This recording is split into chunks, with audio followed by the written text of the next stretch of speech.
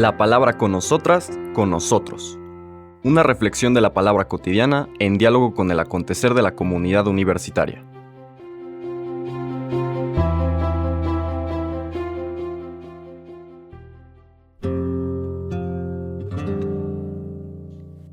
Hola, buenos días.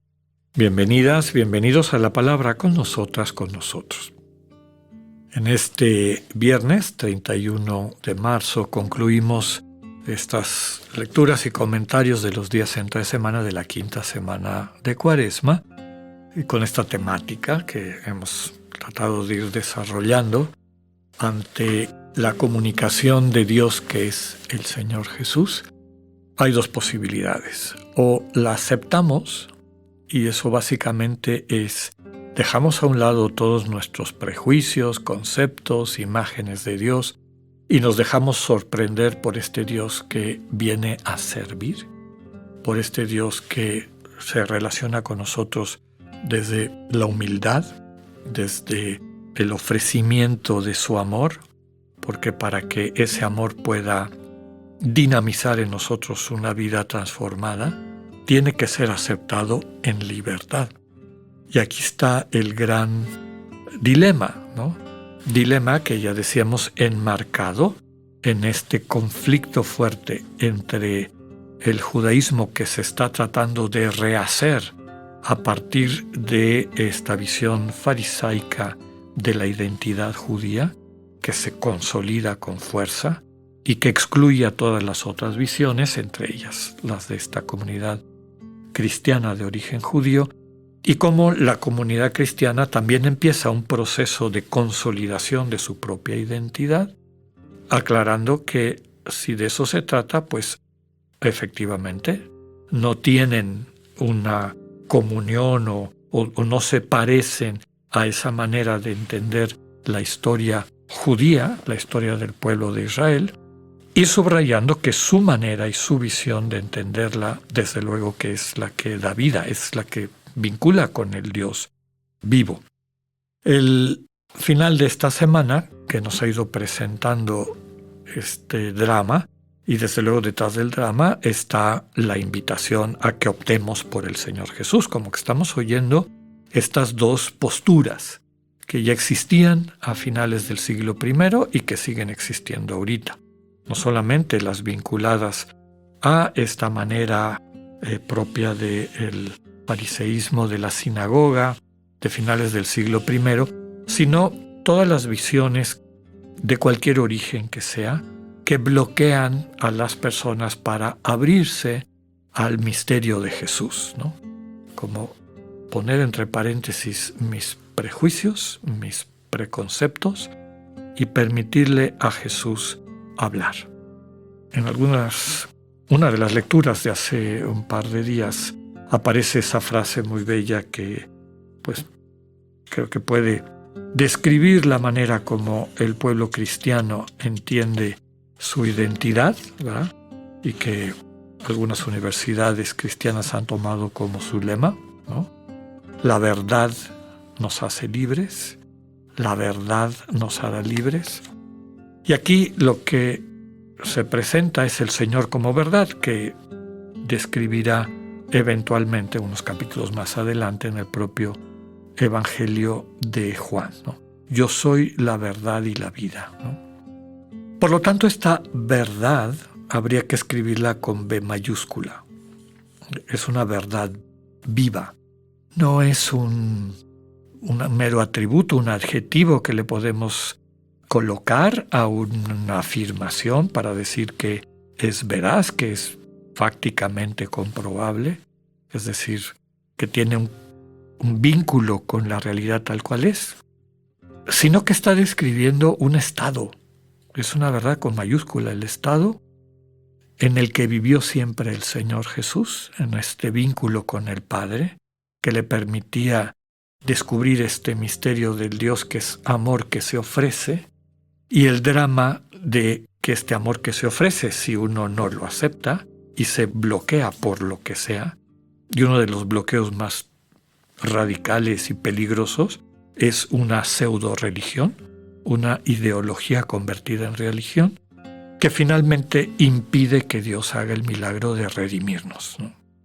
Que a través de esta oferta de la vida de Jesús que nos da vida, pues podamos transformar nuestra situación de exclusión de la comunión con Dios. No porque Dios ande juzgando y correteando, que era un poquito la visión de esta ideología disfrazada de religión, que justificaba la discriminación, el odio a los que no eran como ellos, etcétera, etcétera, etcétera.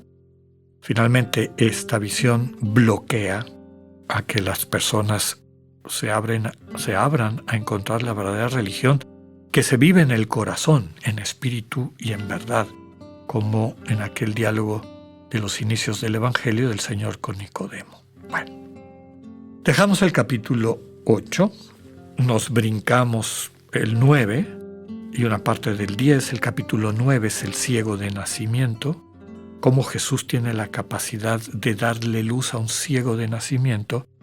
Recordemos, fue el sentido de la liturgia dominical hace un par de semanas.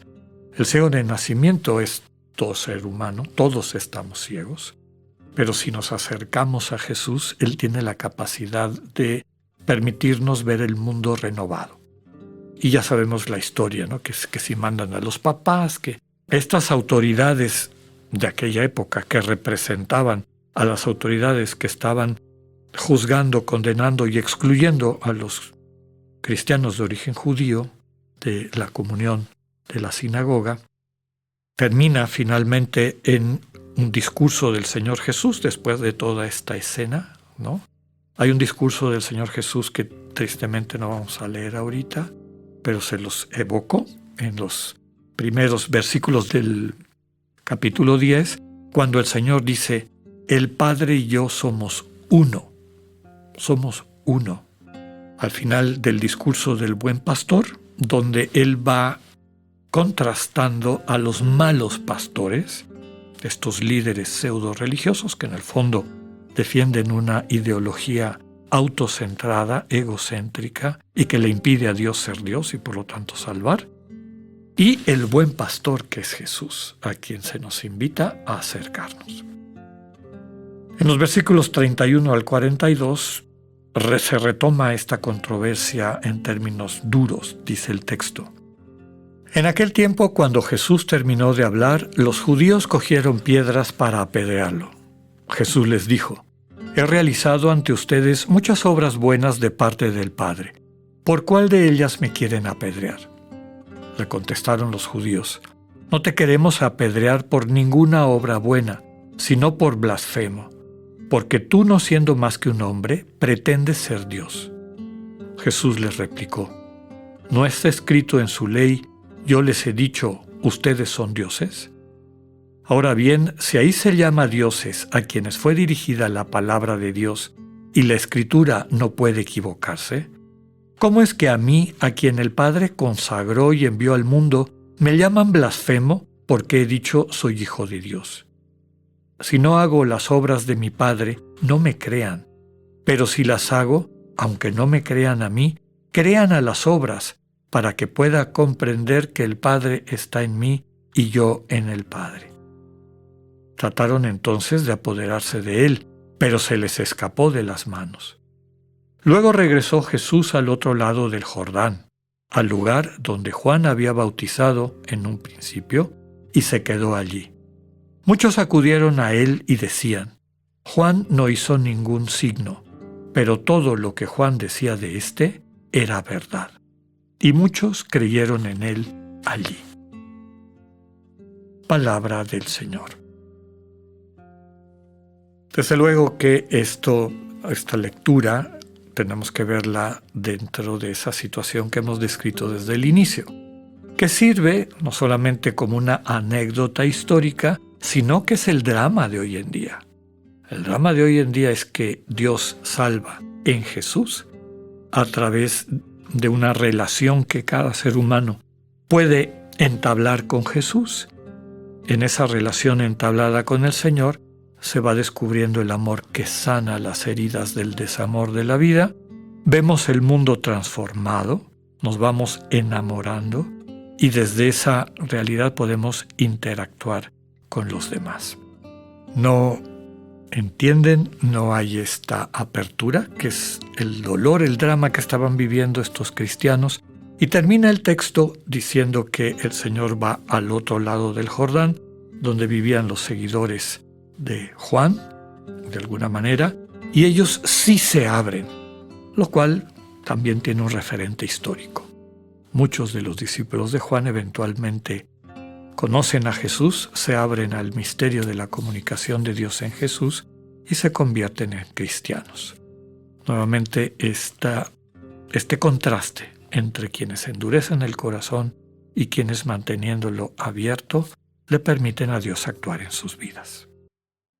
Solamente un breve mensaje para recordarles que durante la Semana Mayor, la Semana Santa, como estaremos ausentes y está en descanso, esperamos desde luego un descanso meditativo y de profundización de la fe, todo nuestro equipo de apoyo para estos podcasts, reanudaremos nuestras transmisiones el lunes de la primera semana de Pascua, el lunes de la Semana de Pascua. Hasta entonces les deseo una Semana Mayor de mucha gracia, presencia de Dios y sobre todo de la alegría profunda de la Pascua. Que tengan un buen día, Dios con ustedes. Acabamos de escuchar el mensaje del Padre Alexander Satirka. Escúchalo de lunes a viernes a las 8:45 de la mañana por radioiberoleon.com, a través de nuestra app gratuita para iOS y Android o por Spotify. Esta es una producción de Radio Ibero León en colaboración con el ITESO, Universidad Jesuita de Guadalajara.